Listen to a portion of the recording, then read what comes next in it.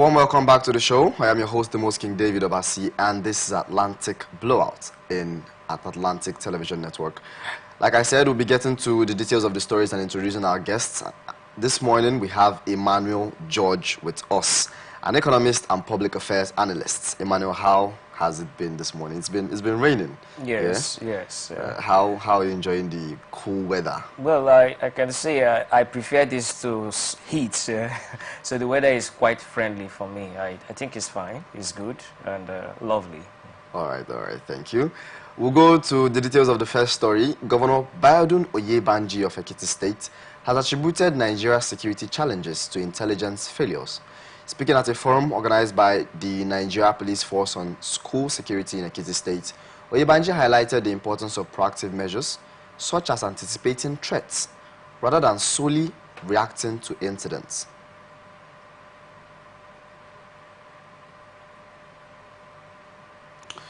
The Schools Protection Squad, SPS, an initiative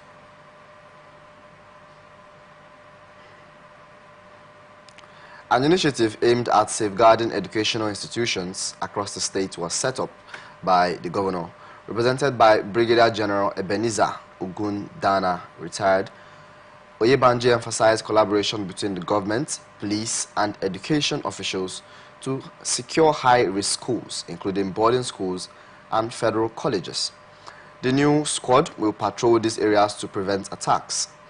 National Coordinator of SPS, CP Larry Ogulowo, described the initiative as a strategic effort by the Inspector General of Police, Kawede Egbetukun, to create a secure learning environment. Ekiti State Commissioner of Police, Akinwale Adenira, praised the program selection of Ekiti as its starting point in the southwest, marking a significant step towards the safety of students and educators. So basically a different security personnel and agency has been set up to protect some high-profile schools, and it helps to curb insecurity in the state of Ekiti. What do you think about this new development? It is a welcome development. Security is the business of everyone. But from the reports, we can see what they're talking about proactive measures in intelligence gathering to safeguard and secure Nigerians. But we've heard so much about proactive measures and intelligence gathering. I think we should walk the talk. We cannot police every school in this country. We don't have the resources to do that. Or even if we do, there are many security flashpoints and many red lines and many security threats that Nigeria is facing today. So this is we're just talking about the schools. We cannot police every school in Nigeria. You cannot police every community, every university, every institution, but you can train the people, you can sensitize the people, you can educate the people with the right training and security information. There should be trainings in secondary schools where young people should be taught. Security education is a subject in schools, but it's not so much, there's not so much of absorption. There's not so much, it's not really absorbed in our educational system. We need to take security to the grassroots. We need to take security beyond the classrooms. We need to teach and train our students basic security information. You might be walking on a lonely road path in the night, for example. You might not have a policeman or a security by your side. But with the right security knowledge, you can take some steps that can even save your life. There are life-saving decisions you can make when faced with such problems. That does not take away the importance of police or security.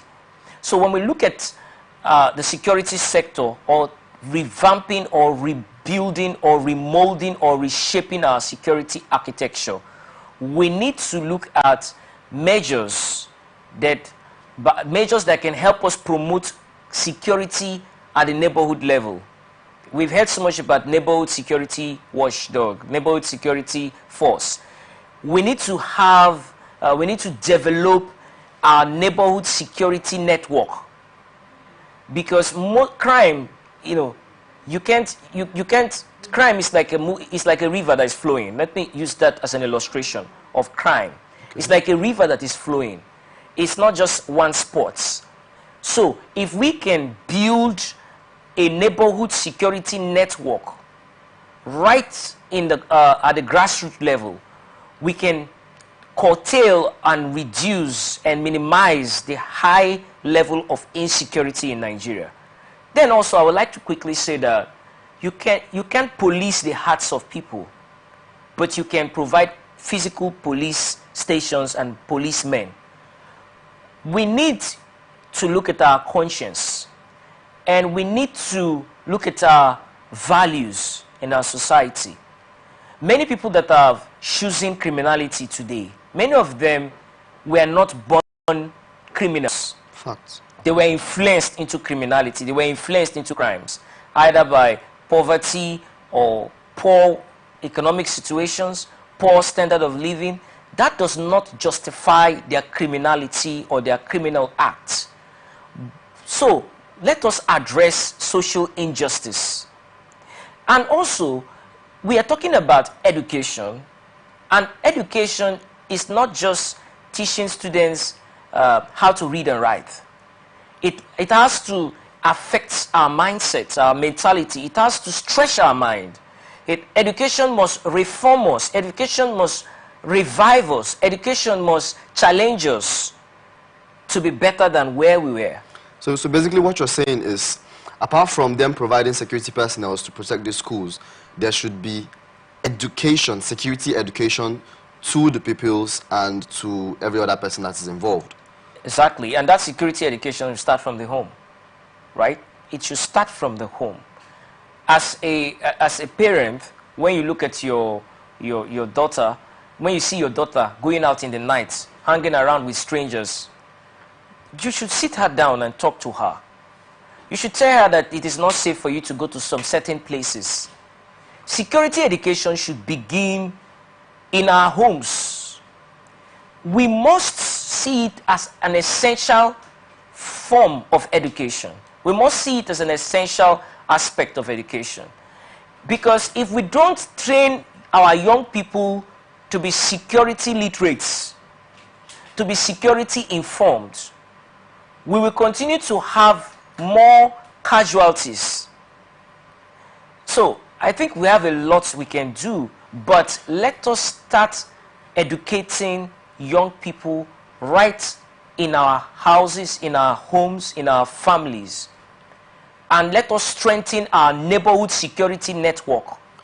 So this has just been launched in Ekiti State, the School Protection Squad. Do you think it is something that other states could emulate to make, seeing as there's been previous cases of students being abducted from school and not brought back by gunmen and some other miscreants, do you think it's something that other states, including River State as well, could adopt? Yes, I think it's a beautiful project that every state in Nigeria should adopt. What are the flaws in this, if there are any?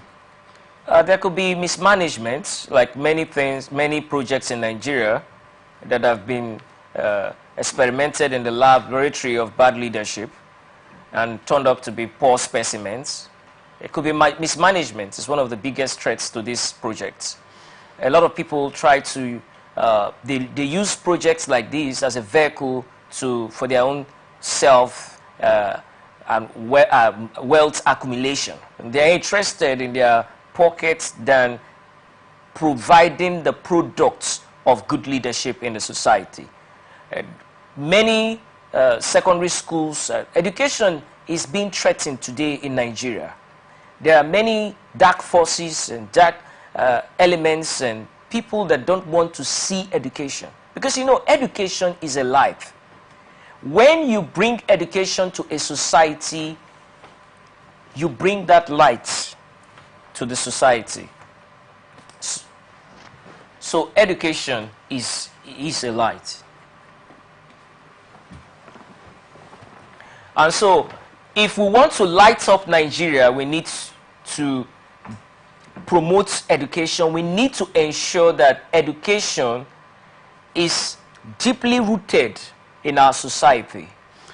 We've seen previous cases where a lot of this hearsay, this news, these headlines make the news, and they are funded, because this will obviously be funded. The school protection squad will be funded by the government to some certain persons. Do you think it is something that would actually be seen through, or would it just be hearsay to embezzle lots of funds as that's been before? Finally, before we move on to the next story. That depends on the government. Where there is a will, there is a way. If they have the political will to ensure that the security program is a success, they have to follow it up. They have to be monitoring. There have to be evaluation.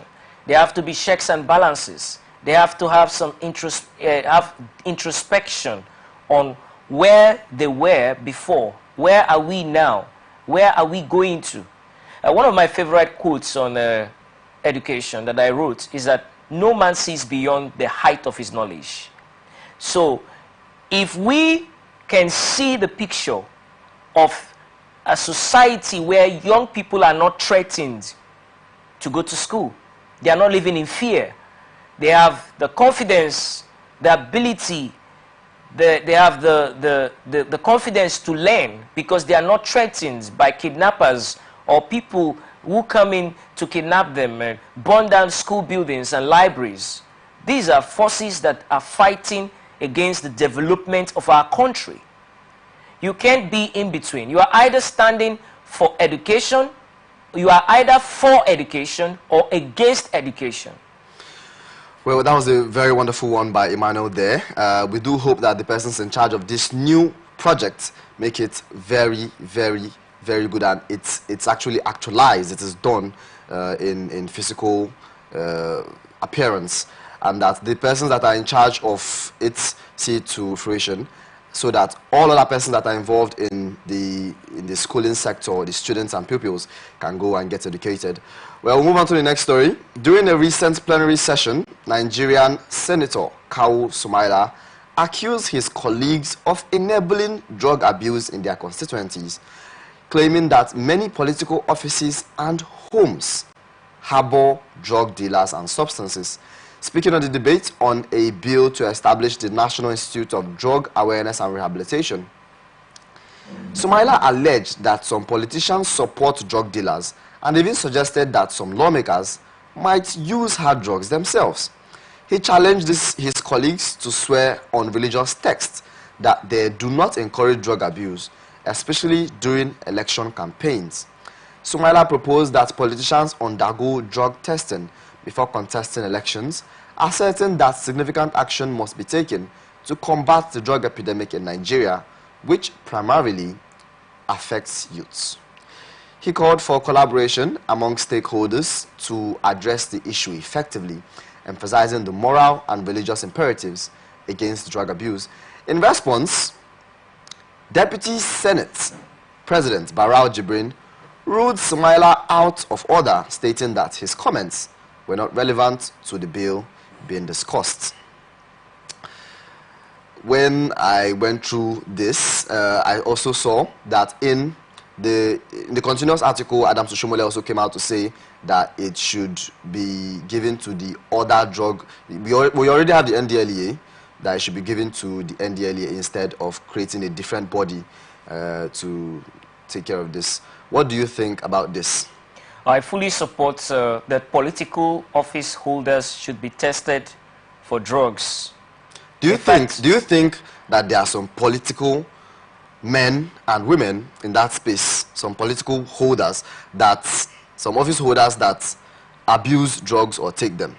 It's a problem of addiction, and many people, of course, it's possible that there are people who could be politicians who abuse drugs. In fact, some of the actions of leaders, it looks like something, it looks like a drug, an addiction of drug, because you can't just imagine, you can't correlate some of the decisions they take if if they take such decisions with clarity of mind and purpose. It looks like most of them have these issues of drug abuse, because you sit down and you ask yourself, why are our leaders, some of them, most of them are acting right and acting well, why are our leaders taking some decisions that looks very insane or mentally, it looks questionable. Now, having said that, we can quickly say that, oh, we should prosecute those that are abusing drugs, but like every addiction that a lot of people suffer from, addiction sucks your energy. Addiction, it sucks energy. It influences you. Facts. It enslaves you. It traps you in a web where you're struggling to come out from it, but you are just sinking deep into it. So we need to look at how we can create an alternative. Many of these young people that are abusing drugs today, many of them don't want to abuse drugs. They don't like to abuse drugs, but they found themselves abusing drugs. They found themselves trapped in this addiction of drug abuse. So how do we help them? Is it just by building more prisons to arrest them? Is it by detaining them, humiliating them, putting them, stigmatizing them? We can prosecute them, we can do all that, but we need to start helping these people that are addicted to drugs. So the person pushing the bill, Sumaila, also said, he said something that the drugs are being used during election. Do you think that when some politicians that have been allegedly accused of rigging elections, that drugs is being, well, I say, prescribed to these different, abused by these different persons, thugs that are being used by politicians to rig elections? It's a possible thing. It's a manipulative strategy. A manipulative strategy, people can induce you, influence you, and brainwash you into taking some certain actions to achieve their selfish ambitions and goals. So, as part of the manipulative strategy, they keep the young people unemployed, they keep them jobless, they keep them in poverty, mental poverty, financial poverty. They keep them in a box of slavery, mental slavery, and they have ambition. They want to use these people as their foot soldiers to rig elections. They become very important to them during the time of elections. After elections, they travel for vacation, and they forget about these young people. So it is not far-fetched, or it is not totally strange, or it is not out of place to say that drugs are used to manipulate these young people towards rigging elections. There's a possibility. I saw the video of the Sumaila pushing the bill, and immediately he was done, a lot of persons came out against that bill. Do you think they have something to hide? That's left for them. The reality is that we have a drug abuse problem in Nigeria today. And I work as a leader, and I do a lot of humanitarian and volunteer for a lot of humanitarian causes. And I do myself and my team and my organization, we do a lot of drug abuse awareness, orientation, campaign and exercises across Africa. We did one in Sierra Leone, a national drug abuse awareness in Sierra Leone, and I was shocked the kind of damages that drug abuse have wreaked in the Sierra Leonean as a nation, in the society. So many drugs. And I saw a video of a young guy that, he abused some drugs, and he was hitting his head on a pole because of the impact or the effect of the drug. He was hitting and smashing his head on a pole, and people were taking selfies and videoing him. So he has lost his sanity, he has lost his dignity, he has lost his self-esteem, he has lost his self-respect, he has lost his value, he has become a shadow of himself. He has lost everything because of drug abuse. So drug abuse is a national crisis, it's a national problem. Not just the political class, but young people. And frustration can push a lot of young people into drug abuse. Because you see, nobody is idle. You cannot have, there is no vacancy. There will always be something filling in that empty space in you. So I have a friend who said something so striking. He said, we're all addicted to something. And he said, choose your addiction wisely. For him, his own addiction is that he likes reading. He spends more of his time reading. Rather than use that time to do, spends his time wisely, studying, reading, developing his mind. So I would like to use development. A lot of people will oppose it, will criticize it, will challenge it, because it's the truth. And the truth, some people say is bitter. No, the truth is the truth. It's not bitter, it's not sweet, it's not white, it's not black, it's not bent, it's not straight, it's not curved. The truth is the truth. We need to be honest with ourselves. And we need to tell ourselves that we have a drug abuse crisis in Nigeria today. Well, we've heard from Emmanuel George, his 10 cents, because I would not call that 2 cents. It was a whole of educational experience from him, seeing that he's been very experienced in this field of sensitization. We do hope that the bill passes. It has passed second reading and it's been delegated to some agencies to take care of. Move on to the next story now, where the House of Representatives has condemned the alleged mistreatment of Nigeria's Super Eagles and their delegation by the Libyan Football Federation and government. This followed a motion by Rep. Kabiru Amodu, PDP, Zamfara. During a plenary, the Super Eagles were scheduled to play a return fixture of the African Cup of Nations qualifier against Libya on October 15, 2024, after defeating Libya in Nigeria 1-0. Upon arrival in Libya, the Nigerian team and delegate House members and NFF officials were stranded for 18 hours at the Al Abrak International Airport without basic amenities, access to food or communication. The players, frustrated by their treatment, initially considered not playing the match. The House condemned the incident and called for an investigation by the Committee on Sports and Foreign Affairs. This has been making headlines very recently, and I'm personally very close to one of the players of the Nigerian squad, and we got to talk, and I saw that most of them did not have, now it's these iron chairs. So what do you think about this issue that has been happening with the Libyan international team? It's an unfortunate situation. It shows neglect on the part of our leaders. And it's a picture of the state of Nigeria today. Is it the fault of our leaders or the fault of the Libyan? Yes, to a large extent, the fault of our leaders. Okay. You'll be treated with respect if you treat... Nigeria has been described as the big brother of Africa. Our foreign policy is geared and structured as the big brother of Africa. But other African countries and other countries of the world, they see how our Nigerian leaders treat our citizens. They see how we value and prioritize our people. They see the kind of poor treatment we give to our citizens. And it passes a message to them that, yes, these people, they are not really worth it. So if we can't put our house in order, we cannot be screaming and shouting, oh, why is it that the Libyans treated us so bad? It's very unfortunate, it's very sad to hear and to see that our Nigerians were treated poorly on a foreign soil while going to play football. And football is one of the sports that have helped to unify Nigeria. It is one of the sports that have brought joy to millions of Nigerians. They've lost faith in governance and leadership, in business and everything, but when you talk about football, it's like a religion of its own, if not a religion of its own.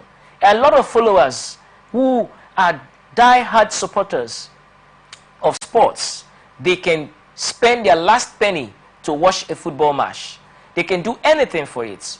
So football it's an important tool that we could even use in our foreign policy, diplomatic engagement with other countries. But are we tapping into it? Unfortunately, no, we are not tapping into it. Nigeria has always been a football giant, but are we the football giant today? What has happened to the Nigerian players should be condemned by all Nigerians. Now, previously, the Libyan body in charge of the team came out to say that when they came to Nigeria on the first fixture, that they were not treated very well. Though they were treated well as compared to what they did to Nigeria, but they were not treated very well in their wards, exactly. And do you think that is why because the airports, the person in charge of the plane that was supposed to take them to a different, do you think, and that's the smaller airport from the one they were supposed to land in, that has lesser amenities, do you think it is because of what they allege that Nigeria did to them when they came here that made them retaliate? I think they're exploiting the weakness of Nigerians and Nigeria. They're exploiting our weakness. They have seen that we don't have strong leadership. And they have seen that our leaders, they have studied the pattern of the response or responses of our leaders. They know that they will condemn it, and after they condemn it, they, one white paper, one conference, and that is the end of it. It doesn't see the light of the day.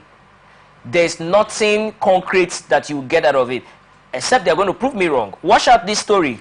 Once it dies off, that's the end of it. So you're saying international African countries in the north do not fear Nigeria as the African giants? Of course. How giant are we? Look at our players are being treated so poorly. It's not just our players. This is because it's football. That's what you're hearing. There are Nigerians in Libya. You are aware. And many of those Nigerians are used as slaves. We've heard reports of Nigerians that their kidneys have been harvested, their organs have been harvested. Many of them have been put in dehumanizing condition and situation, exploited, tortured. Some of them have lost their lives. What is the Nigerian embassy in Libya doing? Are they representing Nigerians? Are they working for Nigerians? Are they there for the interest of Nigeria? Are they there to protect Nigerians? What have they been doing? The Ministry of Foreign Affairs, what steps have they been taking? Not just this incidents of the football players being humiliated at the airports, but Nigerians in Libya. So this is a reflection of weak leadership, poor leadership. Poor leadership attracts poverty. Poor leadership attracts humiliation. Poor leadership attracts a lot of bad things and evil things, because they are exploiting that weakness, and that is why they can do it, and they know they are going to do it and go scot-free. Do you think this is going to affect the Nigerian national team? Because the CAF, the Confederation of African Football, have come out to say that this fixture will be moved to a different date and it will be played, and it has solicited with the Nigerian team. Do you think that when they later come back to play this game, it's going to affect and demoralize us, or to make us lose? Or would this be one of the matches that would be so interesting because there's now a lot of bad blood, per se, between these two players, these two national team players? It depends on what you do with it. Pain and pleasure are two of the greatest things that can influence someone positively or damage someone. Pain and pleasure can build you or can destroy you. Now, what do you do with your pain? What do you do with your pain? There's an energy that you can draw out of pain. There's an energy you can tap out of your pain. Now, they have been humiliated. They have been dehumanized. They have been, like an object of scorn, mocked. They are there to represent Nigeria in Libya, and they were humiliated, and they faced this unpleasant situation. It now depends on them what they can do with their pain. It can inspire them to play and give their best, or it can demoralize them. What do you do with your pain? Okay, will you allow your pain to just go to waste, or will you tap into the energy of your pain to challenge you to defy the odds, to go beyond the average, to push further, to fight more, to stretch yourself, to wear that garment of national pride, that we are the flying eagles, and that is who we are as Nigerians. And the eagle does not go to sleep because there is a storm, but he rises above the storm. So this is a storm. It is not just for the players that went to represent Nigeria, but for over 200 million Nigerians, this is a storm. So what we do with our pain will determine whether we are not just going to win a match. It's not just about winning a match. It's about that national sense of pride. It's about that can-do spirit, that drive and push, that will that cannot be broken. How does the NFF stop this? What measures should be put in place now to stop? Because other African countries are watching. They are watching this play out. It's a national thing that was reported by aliens and government officials. Other African countries are watching and saying, oh, this is how Nigeria is being treated, and this is how they're going to respond. How do we stop this going forward from happening to us again? The first thing we need to start treating Nigerians with respect. We need to respect and love ourselves. We need to prioritize ourselves, not just in sports. Our doctors, our teachers, our journalists, we need to treat Nigerians. If you don't value yourself, you can't be valued by outsiders. The Nigerian Football Federation must sit down and tell themselves that they have failed, as not just because the Nigerian players were humiliated in Libya, but they have failed to work together as a team to ensure that such things do not reoccur or happen. Because this is not the first time it has been happening, so they have failed. Now they need to tell themselves the truth and learn from it. And there should be some punishments. Now, you don't pat the child and say, keep on. You don't incentivize or you don't subsidize bad behavior. You give it, if you subsidize bad behavior, or if you incentivize bad behavior, you add more fuel to it. You make it, you strengthen it, you make it stronger. But rather, you correct it. So if the Football Federation, if they don't get if they don't receive sanctions, they'll feel like, oh, we can do this again. They should be sanctioned because this is disrespecting over 200 million Nigerians. Well, we have had the thoughts of George Emmanuel. We do hope that the Confederation of African Football can met out the appropriate discipline to the Libyan national team and the people involved in that event. Move on to the next story now, where the federal government has urged Nigerians to adopt a positive outlook and to embrace patriotism during challenges. This message was delivered by Malam Lanre Issa Onilu, the Director General of the National Orientation Agency, at a stakeholders event in Osogbo. He emphasized the power of words and the importance of avoiding negative comments about the country, despite its difficulties. Issa Onilu highlighted Nigeria's resilience and abundant resources, urging citizens to cherish their nation and work towards unity and national progress. He also stated that the recently reinstated national anthem, Nigeria We Hail Thee, serves as a reminder of the founding values of unity and brotherhood, reinforcing the government's renewed hope agenda aimed at national development. Another positive one that we should always speak good about the country. There's power in the tongue. Do you think we've been speaking very good about the country for quite some time, and we've been asked to pray for the country, which I'm sure that I've done a couple of times in my personal prayers. Do you think this is hearsay? Do you think this is to keep the citizens praying? And what do you think about this? We are not lacking prayer warriors in Nigeria. We are a praying nation. Nigeria is a religious nation, yes. We are not lacking prayer warriors. We are not lacking goodwill. We are not lacking patriotic men and women. We are not lacking Nigerians that love Nigerians, that are sacrificing for Nigeria, that are willing to die for Nigeria, that are willing to give their all for Nigeria. But we are lacking leadership. We are not lacking farmlands, are we? But we are a hungry nation. We are not lacking men and women that can till the soil, that can farm, that can plant. But we lack leadership. We are not lacking brains. We have some of the best brains in the world. Go to the United States of America. Look at their immigrant population. Look at the number of doctors, lawyers, engineers, they have a lot of professionals. Workforce, yes. You see a lot of Nigerians. Go across the world. We are not lacking brains. We have a lot of brains. we are lacking leadership. You can tell the people to be patriotic. Of course, we should be patriotic. You can say we should be singing Nigeria, we hail thee. But if a man is saying we hail thee, when he's hungry, when he has lost hope, when he's frustrated, when he has no job, when he's not sure of where his next meal will come from, when he's not sure whether his daughter will go to school and she'll come back alive, if she will not be kidnapped, when he's not sure whether his wife would make it out of the delivery room because maybe the doctor is not available. Look at our mortality rate. We are not lacking men that are patriotic. Look at our soldiers. I have a friend who is a soldier. He served at the front lines. He fought at the front lines. He gave everything for this country.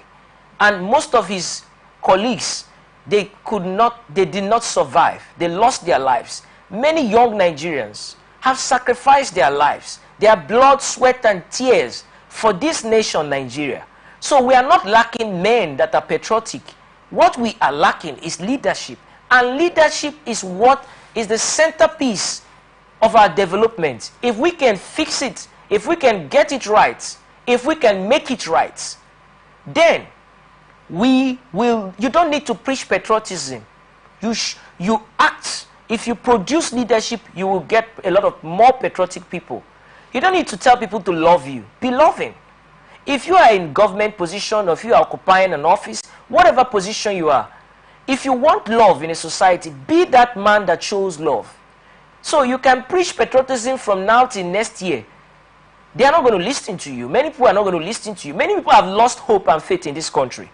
Many people don't even see themselves as Nigerians again. They've lost attachment of Nigeria. The Nigerianness in them has dried up. So how do we restore the Nigerianness? How do we revive the patriotism? How do we revive the love for country, for our motherland? How do we revive this country with enormous potentials, yet crawling? After more than 60 years of independence, we are still not free. Because why are you not patriotic? Why are you not loving your country? You should go to the filling station and see how people are struggling to buy fuel. And yet we are described as one of the largest producers of crude oil in the world. And then tell them, why are you not patriotic? You should go to our hospitals and see a lot of people that say, why are you not patriotic? If we want to talk about patriotism in this country, we need to do things right of people. That's what is going to give birth to patriotism. So we can preach patriotism from now till next year. But until we provide leadership, leadership will attract patriotism. Leadership will produce patriotism. Leadership will transform the mindset of the people. Leadership will revive this country. It all falls and rises on leadership, as a great leadership teacher will say. But don't you think it is a fact that there is power in the it will not be advised for anybody to speak bad against the country? Like I said, I mean, he's not saying anything wrong categorically. If we look at it, there is power in the tongue. Don't you think it is dampening and to the spirits of the country and to the persons involved in it to speak bad against the country? It's important to speak right because there's power in the tongue. Words matter. What you say matters. But speaking is not enough. The Nigeria we dream of, a better Nigeria we want to see. When I was growing up, they keep telling us that children are the leaders of tomorrow. The tomorrow that seems not to come. The tomorrow that seems like a pregnancy that is long overdue. When a woman is pregnant, you expect that at the end of 9 months, she's going to give birth to a baby. If the woman stays more than 9 months, naturally you begin to ask yourself questions. What's going on here? What's happening? Nigeria is like that pregnancy, and ours is over 60 years. We have given birth to what? Poverty? We are giving birth to what? Insecurity? So, yes, it's important for us to speak right, talk right. It is more important for us to act, walk the talk. Now, that's a very, very wonderful one there. It is important. I'm going to take that away as my own lesson for today. It is important for us to speak right, but it is also important for us to act right. Do not forget that this is Atlantic Blowout in the great city of Port Harcourt. at Atlantic Television Network. I am still your host, King David Obasi, and we'll take a short break. When we return, we'll get to the rest of the stories. Stay with us.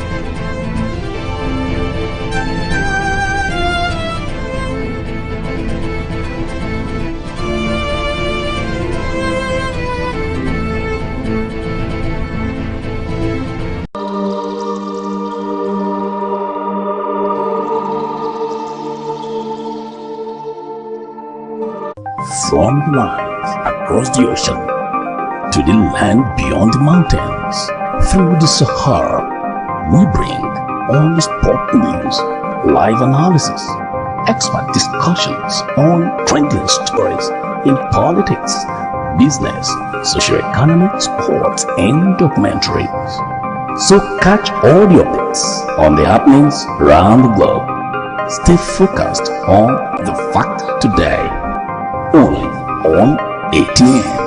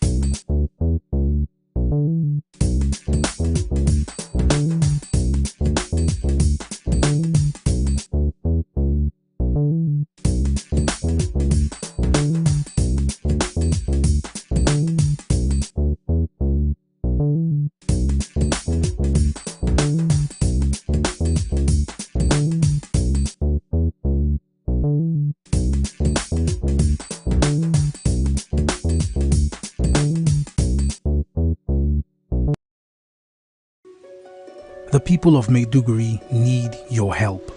A catastrophic flood has engulfed the city, leaving over 1 million residents stranded and fighting for survival. Entire communities are submerged, with people trapped inside homes and on rooftops cut off from food, clean drinking water, and essential supplies. Health experts are warning of a potential outbreak of deadly diseases, and medical facilities are out of commission. The situation is dire. Helicopters, boats, and high-riding trucks capable of navigating the treacherous, waterlogged areas are urgently required to reach the countless men, women, and children still awaiting rescue. The Nigerian media is issuing a desperate plea to the government, humanitarian organizations, international actors, and citizens across the nation. Step in now, before it's too late. For more information on how you can help, contact Professor Usman A. Tar, the Honorable Commissioner for Information and Internal Security, Borno State, on 0809-233-3955. Every second counts. This is powered by Atlantic Television Network.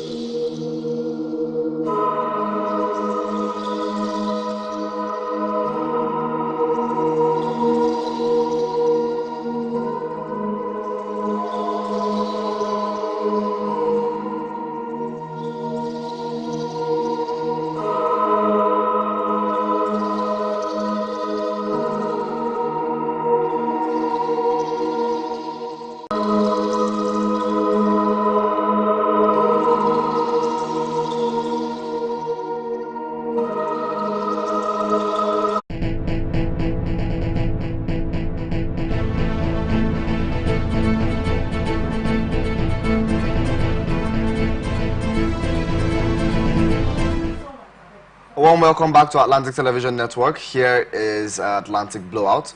To the rest of the stories now. Chairman of the Federal Inland Revenue Service, FIRS, Dr. Zach Adedeji, reassured Nigerians that proposed tax reforms will not introduce new taxes or increase existing ones, but aim to reduce the number of taxes paid. Speaking at a session with Senator Sani Musa, Adedeji emphasized that the reforms will improve tax administration without job losses or agency mergers. 4 bills have been submitted to the National Assembly to harmonize tax laws and increase efficiency. Adedeji also explained the proposed renaming of FIRS to Nigerian Revenue Service, which is just NRS, to reflect the agency's broader functions. Senators praised FIRS for meeting revenue targets, especially in non-oil sectors. The tax reforms, in previous news about the tax, it was said that those high earners in Nigeria were supposed to now pay 25% of that is still in reading. But what do you think about this new tax reforms that are supposed to be? Do you think it would make more tax or less for Nigerians? Tax reforms without leadership reforms is likened to buying a plane that can fly. Why? Because it's not how much you have, but what you do with what you have. The test of leadership is not with plenty. It is with small, with little. And leaders grow little into plenty. They are transformers. They are not static. So taxation is helpful in terms of growing our revenue base and getting more funds for development. But how transparent are our leaders in terms of managing the resources they have? You are taxing people. They should pay tax. But can they see the dividends of democracy? The dividends of governance? Can they see the dividends of your leadership? We are emulating a lot of developed countries like the United States and Western countries. Or they pay a lot of tax. They pay tax for this. They pay tax for that. But they provide public services. They provide public amenities. They provide public infrastructure. They provide water. They have good waste management systems. They have stable power supply. They have a lot of subsidies that can help poor people. They have insurance programs. They have social security. What are we using our tax revenue for in Nigeria? Can the people feel the impact of the taxes we're paying, tax-paying citizens? Can they feel the impact of governance? How transparent is our leaders? So we are trying to expand our revenue base, but we need to expand our leadership actions. We do hope that the recent tax reforms would make it easier on the masses. Move on to the next story now, where Peter Obi, the former Labour Party presidential candidate, has criticized the recent collapse of Nigeria's national grid, which resulted in a nationwide blackout on October 14th. He highlighted the detrimental effects of frequent power failures on the economy, particularly on small and medium-sized enterprises, which he described as the backbone of the economy. Peter Obi condemned the recurring power outages as a national embarrassment and a sign of poor leadership. He compared Nigeria's electricity generation unfavorably to other African nations, noting that South Africa generates 40,000 megawatts despite having only 30% of Nigeria's population, while Nigeria struggles with less than 10,000 megawatts. Obi called for immediate reforms in the power sector to achieve measurable development goals and emphasized the need for collective action to improve infrastructure. In a separate initiative, he pledged 120 million naira to empower girls and promote education in honor of the International Day of the Girl Child, stressing the importance of supporting girls' education and planning further visits to advocate for the cause. This has been a national problem affecting everyone and me personally. The fact that there's not been electricity in most parts of Nigeria, if not all parts of Nigeria for the meantime. What do you think about this? Peter Obi has come out to say that this is not very good for the country. It is not just the national grid that collapsed. We have leadership that has collapsed. The leadership structure, we don't have leadership because you need leaders to so excited and happy to hear when he talked about reforms. But you need leaders to carry out reforms. You need leaders to fix the power problem. You need leadership to ensure that the people are taken out of darkness. You know, if you look at the scripture, I'm a Christian, I like to reference the Bible. God said, let there be light. And there was light. But in Nigeria, we are not obeying that instruction that God has given. God said, let there be light, and there was light. Why is it that in Nigeria, our leaders are not following that instruction that God gave? God said, let there be light. But Nigerians are living in darkness. We are disobeying God. We are not following his instruction.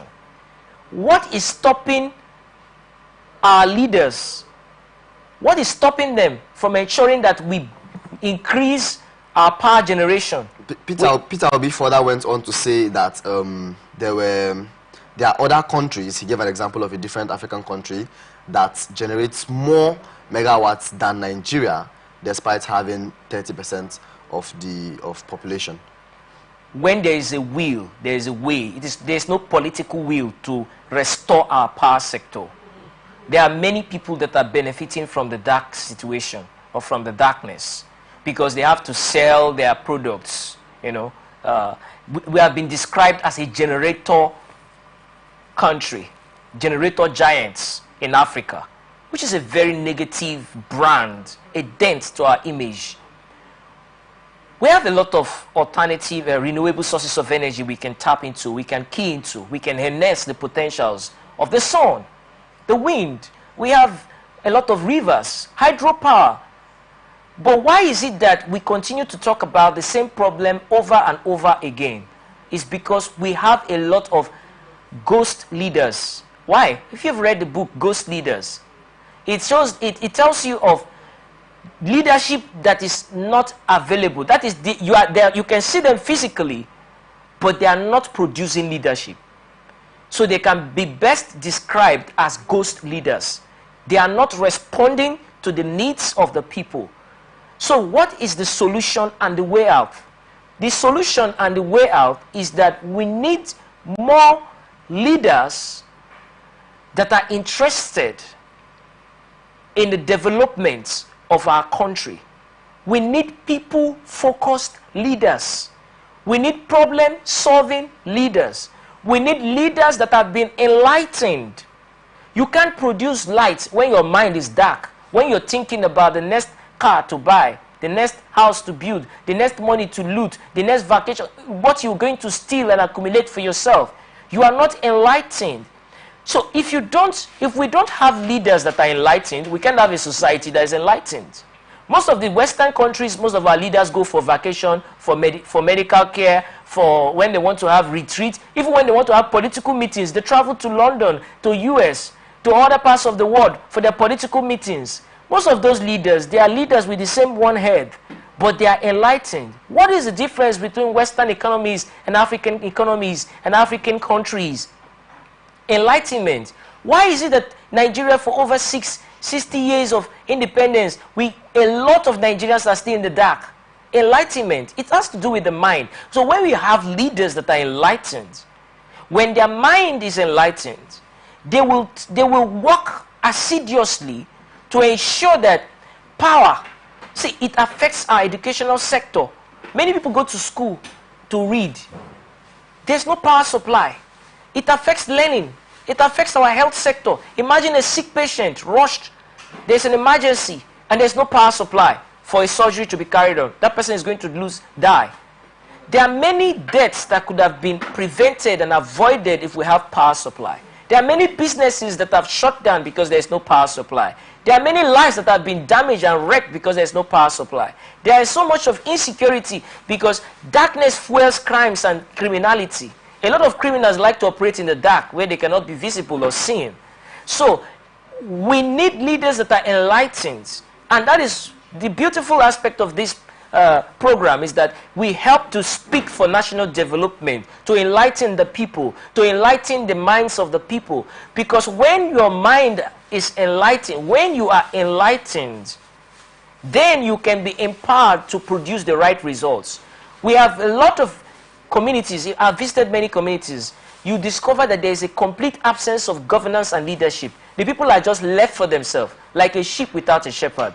They are left to carry out their own course. They are left on their own. They are left to swim in a pool of darkness. No presence of governance. They only remember them during the time of elections. If a ballot box can travel to a primitive village during election, development should travel to that village. Electricity should travel to that village. Educational institutions should travel to that village. Good health care should travel to that village. The people should not just be remembered during the time for election. And I think people should start asking themselves questions. Our people, our Nigerians, our citizens, we need to sit down and ask ourselves, if a politician can remember me during election, why is he not remembering me when he occupies that office, when he is in that office? Why is he not remembering to build a school? It's not just about you. It's about the development of our society. So, until we have leaders that are enlightened, we cannot have a nation that has a stable power supply. And so, quickly, finally, before we round up for the show, seeing as this has happened, it has happened previously. This is not the first time that this has happened. And it might not be the last time that it would happen. So, what are some issues we could put in place, some events we could put in place and actions that could be made to nip this issue in the bud to make sure that it doesn't happen or reoccur next time? I will just quickly quote what Alistair Cook wrote in his book, Letters to America. The book was written in the 1940s. He said, no group of humans, however individually noble, will likely remain noble in the desperation of thirst. For us to rebuild, remold, restructure, restore our power sector moving forward, we must have leaders that are enlightened. We must have people that are enlightened. We must start doing things rightly. We must believe in ourselves as a nation. We must stop normalizing abnormality. Darkness is an abnormality. And it has been normalized. It has become normalized in our society today. People no longer feel that they have a right to constant power supply. We have been attached to the status quo. We have been attached to the average kind of life, the poverty kind of life, the backward kind of life. We need forward-thinking leaders. We need forward-thinking citizens. We need people that will sit down and ask themselves, why should I continue living in darkness when my taxpayers' funds can be used to develop our power sector? What other avenues can we explore?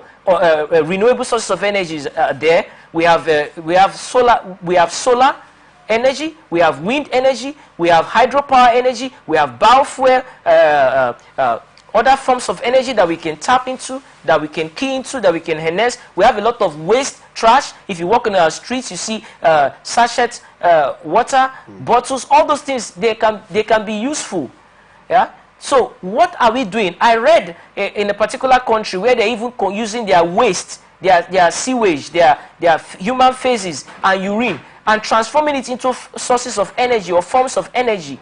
There's so much we can do, but we continue to limit ourselves because we have not enlightened our mind and free our mind. So we need leaders that are forward-thinking, and we need the people that are forward-thinking. Finally, I would say we should stop normalizing abnormality, and we should start dealing with our abnormality.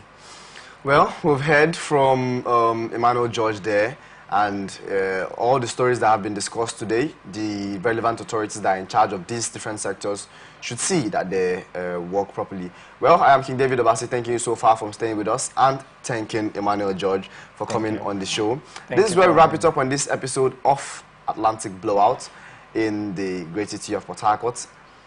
We stay connected and continue with us on our ATN socials, Facebook and YouTube, Atlantic Television Network, Instagram and TikTok, Atlantic TV Network 1, on Twitter, Atlantic TV Net.